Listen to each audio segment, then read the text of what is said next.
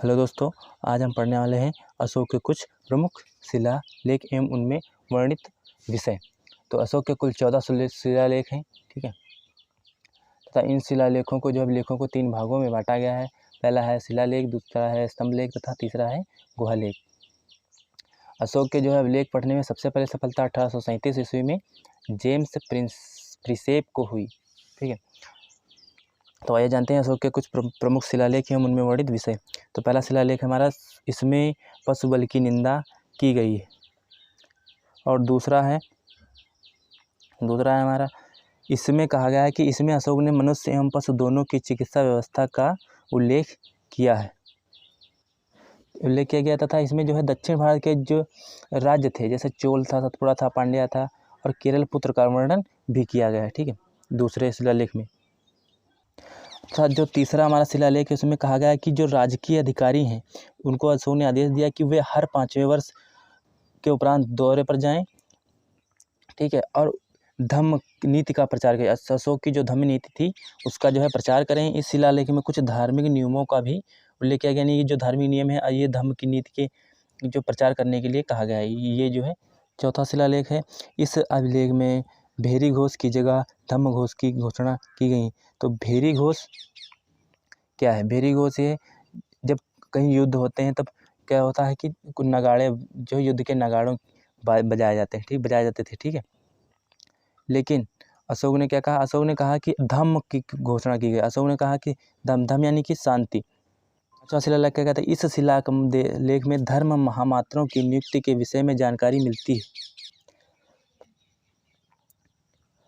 और कहा कि अशोक ने कहा कि प्रत्येक मानव मेरी संतान है। छठा शिलालेख है, इसमें आत्मनियंत्रण की शिक्षा दी गई है तथा कल्याण के उपायों के बारे में बताया गया है कि कौन कौन से कल्याण के उपाय हो सकते हैं। तथा 7वां और 8वां सबसे बड़े शिलालेख हैं। इसमें अशोक की तीर्थ यात्राओं का उल्लेख किया गया है। अशोक ने बोध गया तथा बोधि वृक्ष का इसमें।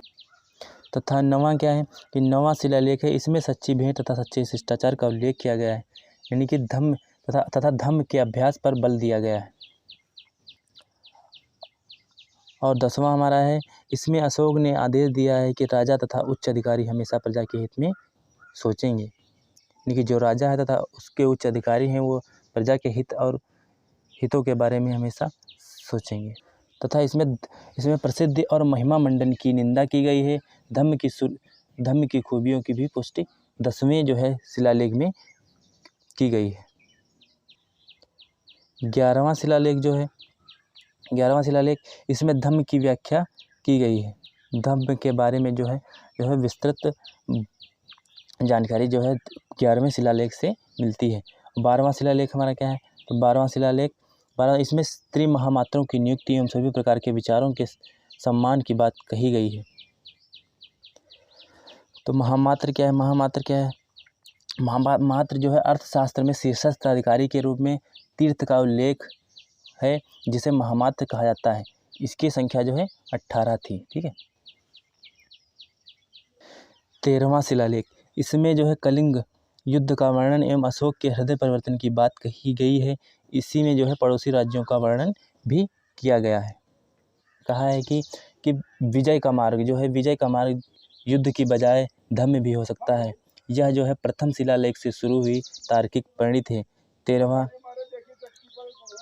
14वां शिलालेख है हमारा कि अशोक ने जनता को धार्मिक जीवन बिताने के लिए प्रेरित किया,